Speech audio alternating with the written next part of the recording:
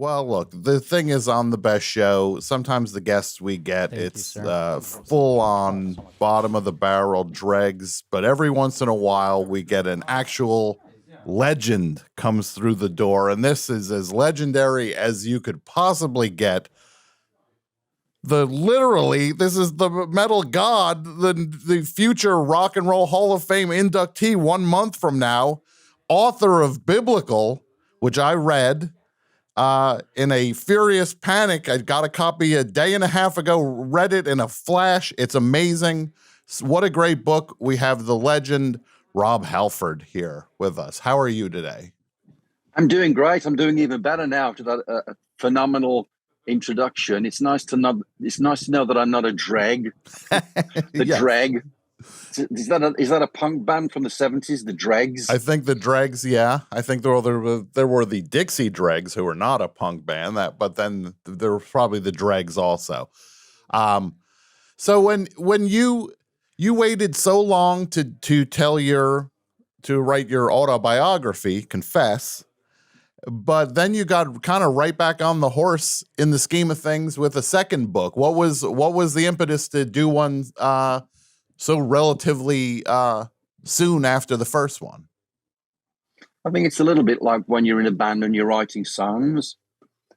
When the machine is rolling and roaring along, you're having such a great ride, and you're experiencing things creatively that are so special and so exciting that sometimes it's difficult to put the brakes on. And that's how it was with myself and Ian Gittins when we finished the Confess book, because by then I'd already got this kind of thing in the back of my mind, this little seed, which is where all the ideas come from, no matter what you do in a creative sense. Why don't we take the Holy Bible with revelations and temptations and lamentations and all of these other beautiful parts of life, and put them in a book that we can utilize to send out the messages of what it takes to get to be whatever you want to be or try to be in heavy metal rock and roll. And that was where we took the idea from. And it was like, it was pretty quick. It was pretty quick. And I think that all these years later, who knew, as I was entering my 70th year, that I was going to have the opportunity to make, firstly, the autobiography Confess, which, in retrospect, I think the best autobiographies take place later on in the life of the individual. Sure. Because by then you've experienced so much in life and you feel you have something you might, be able to share and people may have interest in. And so, it was new. It was new, and I loved it. I enjoyed it so much that Biblical was waiting to go right after we completed Confess. Yeah, and it's a really nice second book also in the scheme of things, because it kind of expands upon, well, you told your story and now you can go deeper into certain aspects, and it was really funny and thrilling. And the funny part of it, one of the big things I came away with was it's so clear how you've needed to have a sense of humor to stay alive and to stay successful and thriving after 50 years in this line of work. How important is that to you? It's vital. It's absolutely vital. I'm really glad that I have that part of me that's alive, because what we do is serious stuff. The whole thing of blood, sweat and tears into making a song or making an album or making a band or making a tour is true. It's real. It happens. But if you're not able to find the balance to be able to kind of step away from that, step outside the box and look in and look and see what you're doing and the way you're behaving, if you can't look at some of that and smile or laugh, then that's a shame. That really is a shame. Yeah. And I think that if you look at anybody that's had the blessings of success in the music industry or in the movies or whatever, people always seem to be coming out with these expressions of joy and happiness and laughing and stories and anecdotes about what they've experienced to get to the place that they're at. Yeah, yeah, and you make so many references to you reference Ab Fab and Steptoe and Son, and you're really I was like, wow, Rob's deep in the sitcoms here. What about are you an Alan Partridge fan? Oh yes, huge. That guy's a genius. Oh my goodness, right. Same with Sacha Baron Cohen. These people, Lenny Bruce, George Carlin. Oh, they're so important. They're so important to us on various levels. Some of them very deep and provocative and stimulating, and so yes, I come from a family where there was always laughter, no matter the circumstances. We were always having a good time as much as we could, and having humor and joy in your life is important. It completes us as people. Absolutely. And one of the sections I thought was a blast is when you talked about Heavy Metal Parking Lot, and you really, I think you explained it with it just hits that sweet spot of you can laugh with the kids in the parking lot, but you're not laughing at the kids in the parking lot because they're having the time of their lives. Look, there's a little warts and all, like some of some of them might not be the way they were in 86 in 2022. Maybe, some evolution could take place with one or two of the kids. But on the whole, there's just a purity to that, to hanging out and getting to see your favorite band is a beautiful thing. It's a complete validation of everything that you're connecting yourself to. No different to tailgate parties before a ball game. In that structure, I've always made references all the time between sports and music, because this whole sustenance that's given to us by fans, our fans. Without our fans, we have nothing, or without our fans, we really can't complete what we're setting out to complete. You hear about a ball game being won because the fans were screaming, to get that point, or to get that hoop, or to get that goal. And so this heavy metal parking lot has become like this little microcosm of like anthropology and society and culture as in that moment of time. It's a beautiful piece of work. It's very funny, it's very sweet, but it's very true. Yeah. And as somebody, I grew up in New Jersey, so that was I think it was Baltimore. I think it's a Maryland. It was the show in Maryland was where Heavy Metal Parking Lot was, just outside DC. And it's so funny, the accent, that Baltimore accent, what a great accent. And that classic a jump is bounds, that the bounds is that. I need to have a t-shirt made with that, and I wonder if that lady trademarked it. Yeah. Now, at what point, you having this amazing long career, at what point did you realize, like, oh my God, I might be able to do this for my life? Was there a moment? Because we never know how long or short things are going to be, projects, bands, TV, writing for, TV shows, whatever we all do. Who knows how long things go, but what was the moment when you realized, wow, this is not stopping? I think it was when my knees started to ache. So you're on the wrong side of it then? There's a great, I don't know, I always remember this great moment in a Beatles interview when they were just exploding, and somebody says to Ringo, do you think this is going to last? And he goes, oh, probably not. And she goes, what are you going to do? Oh, I think I might open a hairdressing salon, So it really is that, again, when you are in the public domain, without your fans taking you along, you don't know how long it's going to take or how long it's going to last. You have no clue. You really have no idea. Hmm. And because in our world, at least Priest's world, we seem to go in these 5-year cycles from thinking about writing a record to writing the songs to recording the songs to get the record ready for release to going out on these big world tours. 3 to 5 years is just it like evaporates.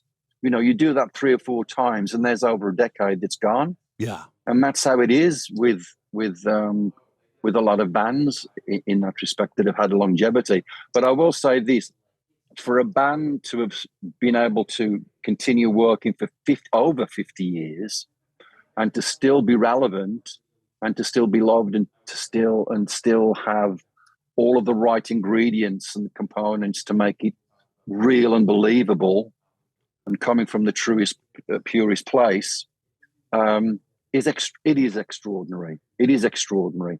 I don't know of any other heavy metal band that's had this remarkable opportunity to go on for so long. No, it's really an amazing thing, and I think one of the reasons why it does continue with the strength is that you never said, well, we're a legacy act, we're just looking, remember the 70s, remember the 80s. It's like Judas Priest has always had a foot in terms of, yes, we know what we've accomplished and we want to celebrate that, but there's always been a forward momentum on the band also.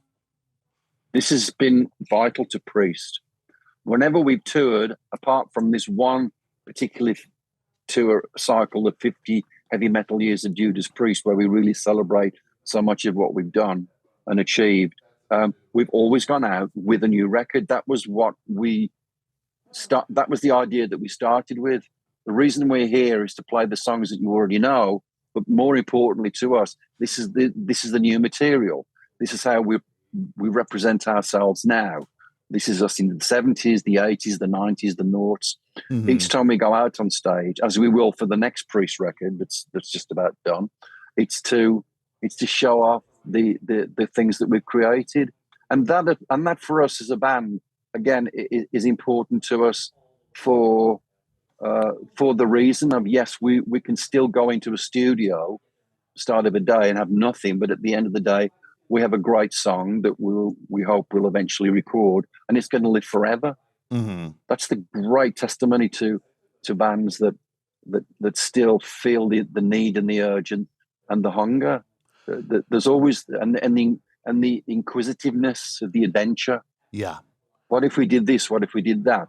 You know, it's all about the need to express yourself in a new song or in a new album. Yeah, that's the exciting part about it, because I've seen bands that are just going through the hits and playing the thing, and then you see acts that are still chasing it, and it's exciting. So what does that feel like? Do you still, when it's time for a new Priest album, what is the mindset? I mean, are you looking to just, like, how great do you want to be when you do the next thing? And what does that take to keep chasing greatness? Not just... Yes, absolutely. Well, I learned a long time ago that Nirvana is unreachable, mm-hmm. but it's a great place to keep aiming for. Sure. And it's also, why does LeBron James keep going out to play? Well, because he feels he's got a new move to show. He feels like he wants to show you how he getting from this end of the court to that end of the court with these moves that he's coming up with. It's all about finding a new form of expression within something that we love and get great pleasure out of. A band, a sports person, whatever it might be. Mm-hmm. This thing that enamors us and puts us together is really important. And I just want to quickly address something here. Nostalgia. Mm-hmm.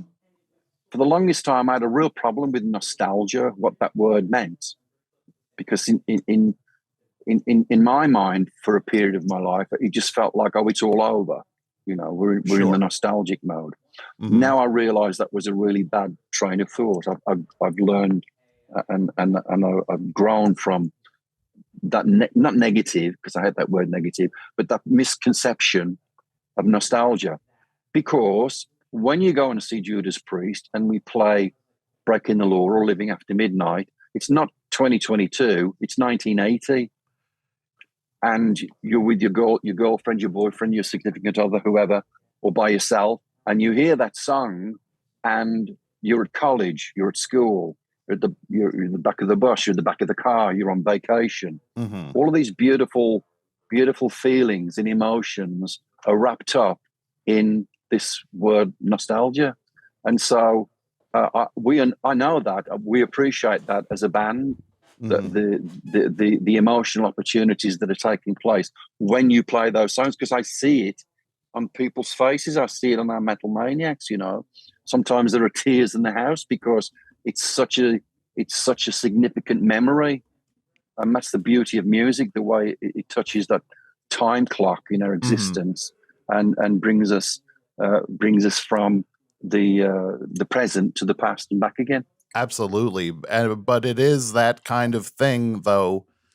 You feel, at least I feel as an audience member, you can, when a band is still a band and not just nostalgia. I love my favorite songs being played in front of me as much as anybody, but there is just a secret sauce in there, some connective tissue that artists who are still chasing it have there's a certain edge or whatever it is over people doing it in a vacuum. Yes, commitment, Yes. not going through the motions. When you see Hmm. Mick Jagger running around and doing Satisfaction, Hmm. he's believing it, he's living it, he's really doing everything that he needs to do to show you how that song has lived so long, and how he as a performer and the rest of the guys, how it still works. It's still legit. It's still legit. They're not just there for the money or for whatever. Hmm. They're doing it because it's passion. It's absolute passion and self-belief, and still self-determination to wring out every nuance of that song for the 10,000th time. But at that moment, it's the first time it's being played again, if that makes sense, because it Absolutely. is. And it's also, and you say it in the book that you need to get up for the show because it might be your 10,000th time playing Living After Midnight, but there's people there that have been waiting their whole life to hear it once. And Yes, this is their moment. that attitude of understanding your responsibility and not going on stage drunk and falling over, or putting on a poor show, or thinking, oh, because this is blah blah, it's not as important as blah blah. That is a terrible way to present yourself. Hmm. And again, that's a learning curve. That's the learning curve. I went through some of those feelings, especially in my my drug and alcohol days, when all of the chemical interference affects you psychologically, along with all of the other things that you're dealing with in your life, be it sexual identity or whatever. Um, it's life, man. It's life. It's growing. It's getting wisdom. It's understanding about the important things in life, which is being kind, being caring, giving, doing it all for the right reasons. So Hmm. yeah, that's just there are some things that you can only gain through living a long life. Sure. I know your time is tight, but just a couple more questions and we'll let you get on with your Friday. I should say Tuesday. The show's on Tuesday, so I'll just pretend I said get on with your Tuesday. Um, it's so interesting for you to discuss the way you finally found like a modicum of peace and self possessed, like you're comfortable in your own skin. It seems more than you've ever been. Um, but conversely, you need to go to places that are aggressive and pretty intense what is that? How do you get there when you're feeling all this peace? How do you get into those songs then? Yeah. What does that take? Hang on, this is the same guy that does Painkiller, Yeah, exactly. his brains out. Yeah.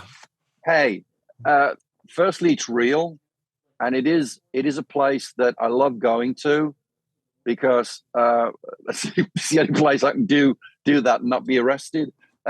It's just it's difficult to describe, really. There's such a purity. I say in the book that's when I really truly feel alive, when I'm doing the work that I do in Judas Priest. Mm-hmm. It just really completes me as a person, Mm-hmm. using my voice.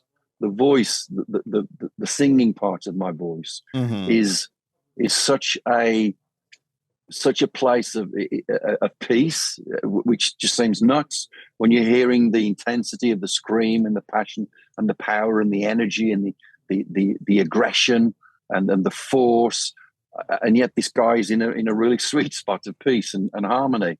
But I don't think I'm any different to a lot of my fellow screamers in heavy metal. Mm-hmm. It is such an intrinsic part of what we do and what we're about and what we need to do. I really need to do this.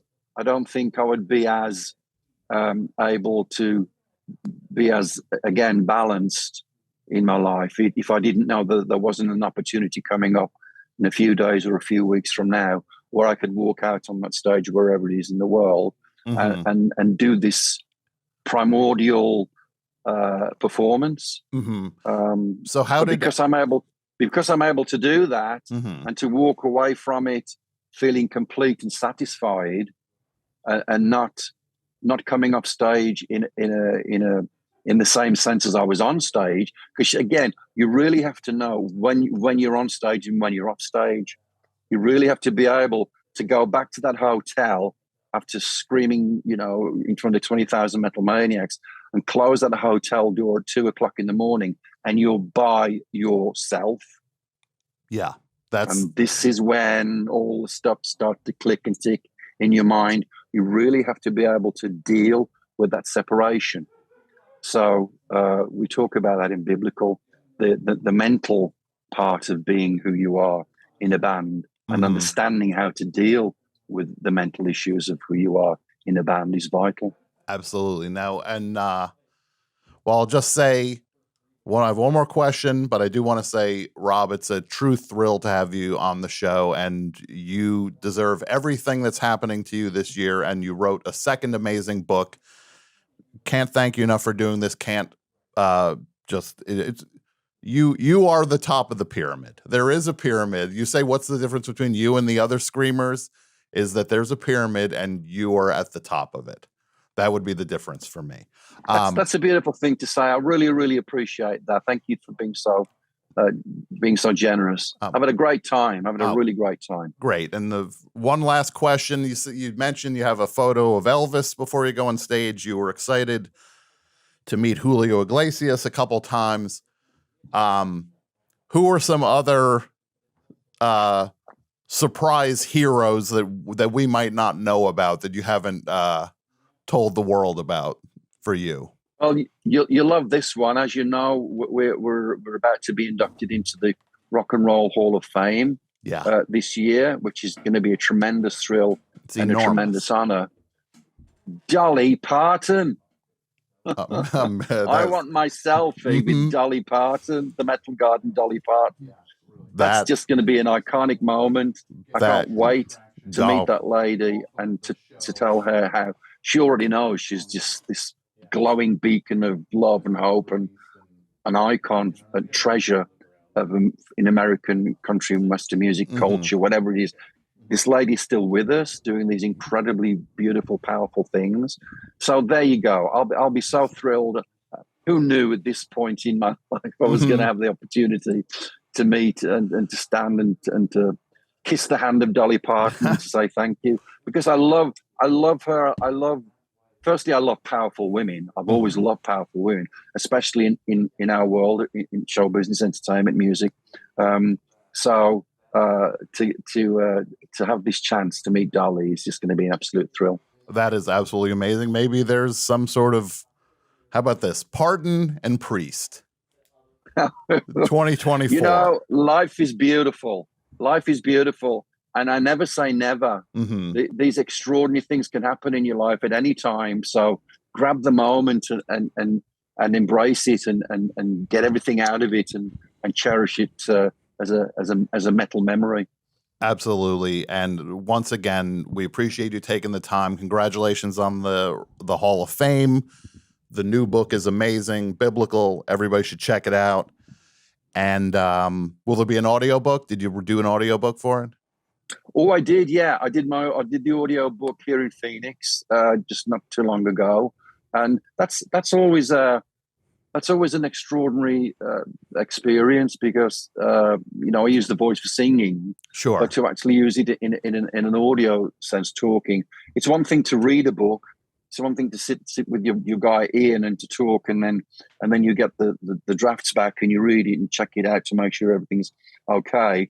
But then when you actually sit in front of a microphone with your headphones on and start to read the words, something really special happens. I'd like to feel that for people that are interested in the audio book of any author, really, is that it's a cool thing to have to happen. There are brilliant readers, there are brilliant voice actors that do incredible work in the book world. But I feel if you have the opportunity to be the voice of the words from the paper, and the book is about you, and this is you speaking at the words from the book, it just completes the experience in a special way.